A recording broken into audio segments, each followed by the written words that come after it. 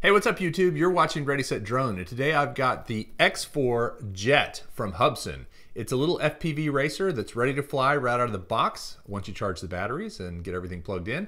But quick and easy, let's go check it out and see how it does.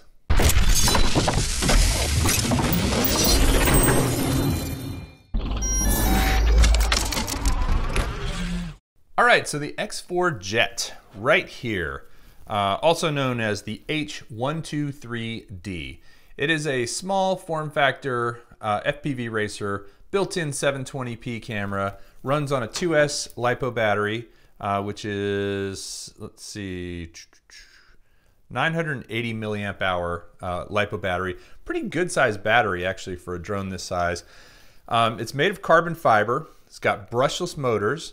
It's got a built-in 720 camera that's actually adjustable in terms of angle. And the reason you want to adjust it if you haven't ever raced FPV before is the more aggressively you fly, the more the camera is facing the ground. So you want to actually tilt it up so that you can have it facing a little bit forward, kind of at this angle.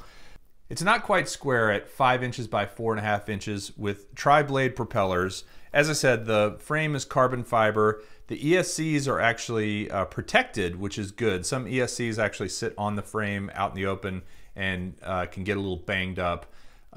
As I said too, there's a 720p camera that transmits over 5.8 gigahertz. So it not only transmits to the remote control, which has a screen, but it also transmits to any 5.8 gigahertz goggles like Fat Sharks, Omways. There's a whole bunch of them out there. The camera is adjustable to -8 degrees up to 45 degrees. And what that means is -8 would be tilting the camera down just slightly, which would be if you were flying really slow, you know, or just hovering. That would be where you might want to have it. And then the faster you go, the more you want to tilt the camera up. And it tilts up to 45 degrees, which would mean you could fly pretty aggressively and the drone, the field of view on the camera would be just fine for your flight. Now, one thing I do really like about it is where the battery goes. So many of these things are poorly designed with where the battery placement is. This has a sort of a cage built into the frame where the battery sits right in, perfect fit, and then plugs in right in the back. It also helps you avoid the cables getting caught in the propellers. A lot of FPV racers, you have the cables kind of hanging out and the propellers can get caught on them. So it's nice that you can actually get those out of the way. Comes with a built-in Velcro strap that will actually hold it right in place, nice and tight, and you know, make sure you're not going to lose your battery. Again, kudos to Hubsan for putting the battery in a really awesome spot. This quad does have a micro USB slot in the side, which I assume is for updating the flight controller or configuring this in beta flight or clean flight. I'm not going to get into that in this video, but it's a great skill to have if you really want to get into racing. But the configuration on this out of the box is pretty good, I discovered, because I've already flown it. A couple more things. It does come with 2 batteries. Awesome. Every drone maker should take note and include 2 batteries. That's a huge plus. And it does come with this little charger, which is actually pretty decent quality for a little charger like this. You just put the balance port right into this slot here, plug it into the wall, and it looks like you might even be able to use different types of plug adapters. So if you're not in the US, you would have a different plug than this. But because this is a AC to DC adapter. It comes with an instruction book and some spare props and this nifty remote control, which actually has 2 antennas. One of these antennas is your antenna 2.4 gigahertz for the drone itself to communicate between the drone and the remote control. And then the other one is for your FPV screen, which is right here, this decent sized screen. Now let me go ahead and plug it in and show you the live view on the screen. And there it is. I don't know if you can see, but there's me on the screen with the quad showing around. Now, this screen, as I said, is built into the remote, and it's not a hobby grade remote, but it's also better than most toy grade remotes that I've seen. It's got on-screen display, you know, so it's got some telemetry information here about the drone itself in terms of what mode you're in. You can switch it between manual, which I think is really like Horizon, what they call sport mode, which is more like angle mode, and then acro mode, which is acro mode, where it doesn't self-level. So that's kind of cool that you can actually fly in all three of those modes. You also can calibrate it. I'll show you here. If you can see the two lights in the back, you take the throttle and yaw stick and you push it to the left, and then you move the other stick right, left, right, left, right, left fast, and you'll see these lights in the back blink, and what that's doing is recalibrating it for sitting on a level surface.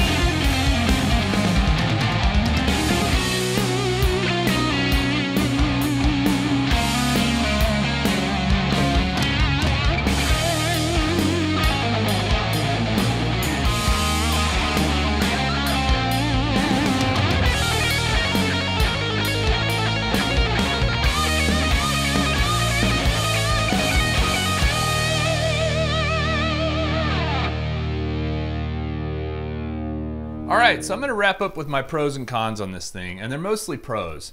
First of all, it's really small, but it's a pretty serious little racer. This thing is very fast, carbon fiber frame, a lot of intelligent design went into it, brushless motors, ESCs.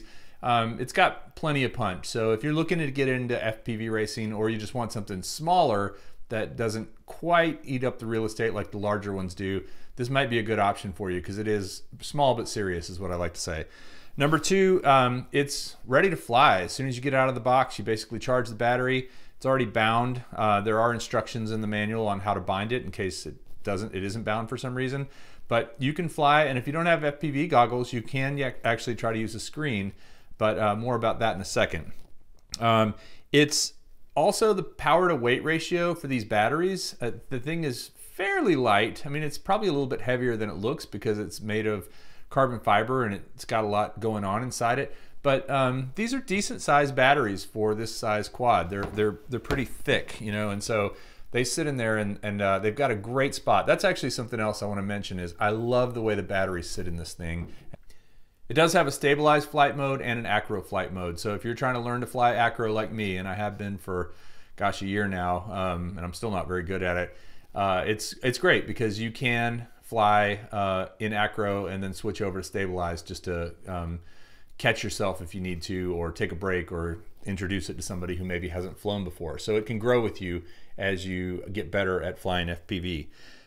It does come with 2 batteries, as I mentioned, which is a big plus.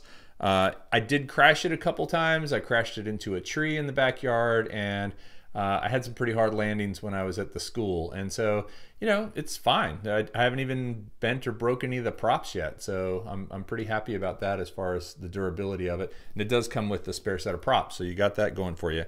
The flight time is actually better than average at 10 minutes. Usually FPV racers are going to be 6, 7, 8 minutes maybe. This thing, because I think the battery is a little bit larger and a higher milliamp hour than a normal battery of this size, because it's thicker, it's going to give you a little more flight time, and that's nice because, you know, it's a pain to have to stop and swap batteries. This screen chews up the batteries. It goes through them. I put fresh AA's, you know, on-brand Duracell or something like that, and they're halfway gone already, and I've flown it twice. And so I can see where this screen is going to just chew up my batteries. And quite honestly, I'm not a big fan of flying with this screen. It does work well enough, but looking down at the screen and trying to fly is a lot harder than looking through the goggles, in my opinion. So I use the goggles, and that is how I like to fly. And so therefore, the screen for me is more of a novelty. What would make this perfect is if you could just switch the screen off. If there were just an on-off switch for the screen, and then if you didn't want to chew up your batteries and just use the remote as a remote without the screen, you could just do that. That would be huge, but I don't think there is a way to turn the screen off. So that's it. Let me know what you think about the Hubsan X4 Jet, and leave a comment below if you like this video. I hope you will hit the like button. If you would like to know more about drones, I hope you'll subscribe to Ready Set Drone and hit the notification button so you'll know when I publish new videos. I'm going to be publishing a lot in the next couple of weeks, so stay in tune by subscribing and hitting that notification button. And as usual, thank you so much for watching Ready Set Drone. We'll see you next time, and safe flying.